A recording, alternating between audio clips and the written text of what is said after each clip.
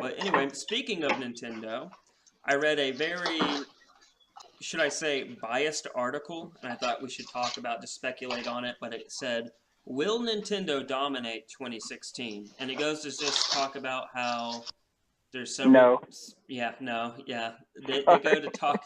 They go on to talk about how several games that are being released in 2016, and the fact that the NX at the end of the year, they think that Mhm. that 2016 is going to be the year of Nintendo. Let alone, who knows that all those big AAA titles for the PS4 are dropping next year, and the PS4 is sold like freaking gangbusters. So, but somehow Nintendo is going to dominate, and I would like for us to speculate on what we think if the NX is released at the end of next year and it's on par or more powerful than the Xbox One and PS4. Do you guys think that that's going to make a huge difference in the current hierarchy or the current balance in the market? I think there's a couple of different factors when you consider why Nintendo's in last place, like, and has been for a while. And I think the public tends to follow different patterns, like what they seek in gaming. And for the past 2 or 3 generations, it's been hardware. Like, there's been more interest in what's the most powerful and graphically capable system. And just like the bit wars, I think you saw that with the PlayStation 4 and Xbox One.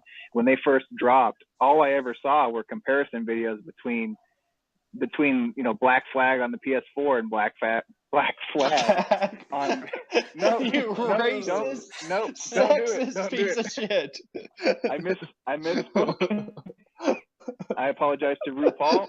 Anyway, the comparison videos just prove to me, like, you get to a point where you can't distinguish the difference between one system or another. We can edit that out. Don't worry about it. No, we're keeping that one in there. We're keeping that shit in there, you racist. Anyway, I think that when you like take the Wii for example, like a version of, like, that was my biggest pet peeve with the Wii when I owned a Wii, is a large title would launch across all systems, except the Wii would get a dumbed down version that tried to integrate motion control. Ghostbusters, for example. I know that's not what everyone thinks of right away, but I think of Ghostbusters. And Ghostbusters on the Xbox and the PlayStation, it was fucking brilliant. And then you get it on the Wii, and it was like this child's version of the game. Yeah. Or another one's Call of Duty. Only version of Ghostbusters to be co-op. Wait.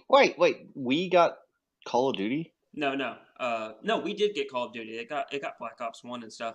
But the reason it got Black Ops 1, the funny thing about the Wii is, as crappy of the ports that it got and as weak as it was, it dominated the 360 and PS3 in sales. It was like Nintendo's best selling console. The reason why is it comes back to the controller and the casual party / family oriented idea. The casual gamer. Yeah, like the price grandma. point. Our grandma fucking played that shit. Yeah.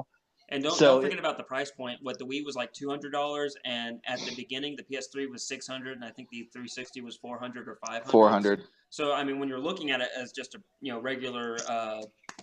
If you're gonna buy something for your grandkids, let's get the Wii. I can play this, and I can swing my thing around like a dildo. Yeah, fucking it works. Yeah, grandma does that. I think the point would be custom again with the NX. And are they too late in following the trend of having a graphically capable system and relying heavily on their hardware capabilities? Now, the Wii was very successful because it was innovative, but I feel like between the Wii and the Wii U, they kept trying to push that with the Wii U having the game tablet and everything is still motion controlled and everything like that, and still not. And the Wii U looks a lot. Still think that graphically they didn't do a whole lot to improve upon the people they were competing with. I think they were still relying on gimmicks.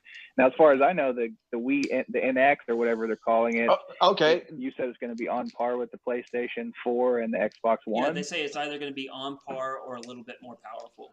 Okay, so that shoots another question. Is it about the gimmick or is it about the graphics? Because you think about it, something that's also fairly dominant is stupid little games on your fucking phone that people seem to be obsessed with. It's about like reaching out to the audience that isn't gaming, like, you know, the hardcore gamers, such as, you know, like people that grew up with a Super Nintendo and whatnot. So are they going the right route by going for graphics over Gimmick? Interesting that you say mobile, because the NX is rumored to be combining their console pillar and their mobile pillar, like their DSs. So the rumors that have been coming out is that it's going to be a home console and a portable console that you take on the go with you.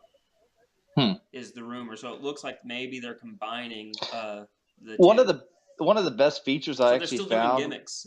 with sounds like a gimmick, yeah. Well, yeah, like one of the best things I actually liked with Black Flags is that you could download like the little app and continue your fucking sending ships out and stuff while you're on the go, and then when you get home, you can be a pathetic loser and continue playing the same game. You know, but it was a good idea. Yeah, okay, that's fine, but who wants? Sorry, everybody that likes Black Flags, I like it too.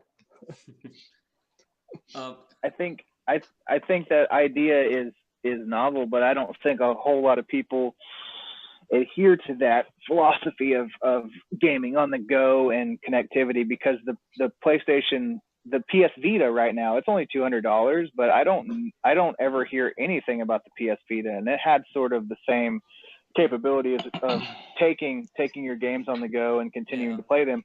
But in order to do that, you have to be in a Wi-Fi zone all the time, or you have to buy the LTE version. Then you have to, you know, it's a big hassle. I think most of the gaming that's happening is by yourself with a headset in the dark on a console.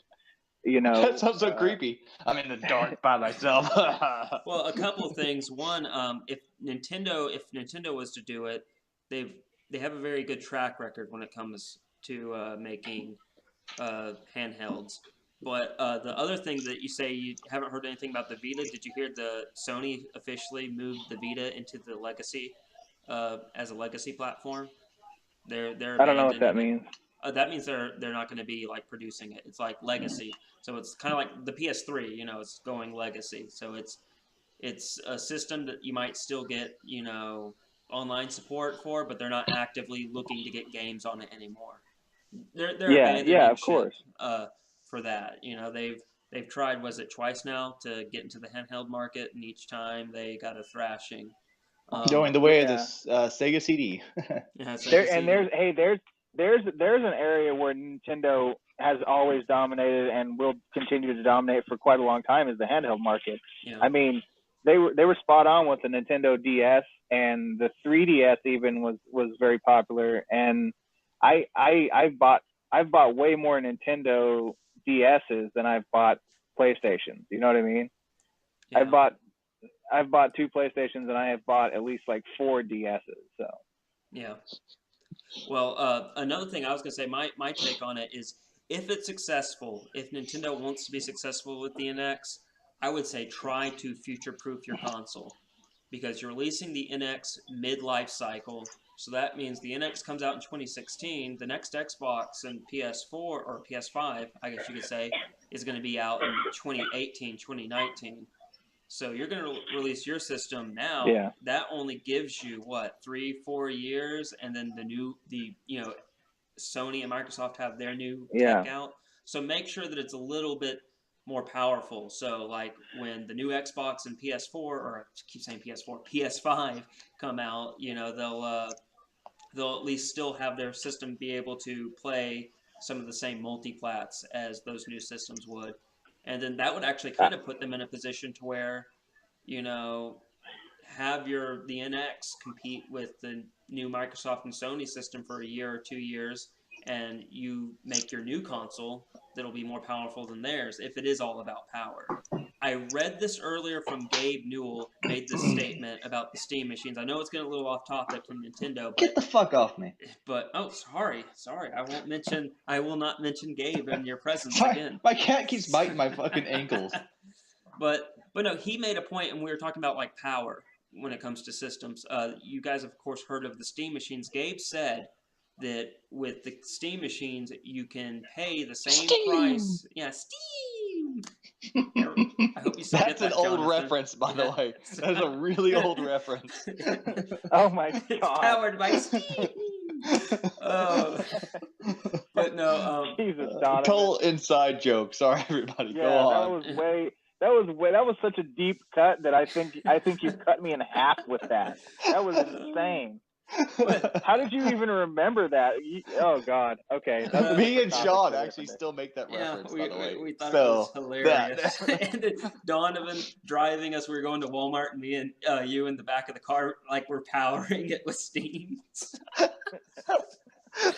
Steam. Oh, sorry. Go on. We're gonna cut that whole section out. Let me interject here. Yes, I think that what you were saying is it might actually make sense for Nintendo to move their launch schedule halfway between, PlayStation and Xbox, because now the Xbox and the PlayStation have been out for what, a couple years or something. Yeah. And so when the everybody who's thought about buying either an Xbox One or a PlayStation 4 has done that, Yeah. And to have a new system launch in the mid-life cycle of these two consoles actually might improve sales. So what I'm saying is, during its launch, the NX will probably outsell the other platforms because the people that would have bought them have bought them already, and it's either going to force the Xbox and Sony to drastically reduce the price of their consoles in order to compete year over year until they release a new system, or Nintendo is just going to outsell them based on the fact that if you want to buy a Nintendo system, you're going to buy the Nintendo system when it's released. You know what I'm trying to say. It's going to sell because it's newer, and everybody who would have bought a PlayStation or Xbox the year it releases would have already done that.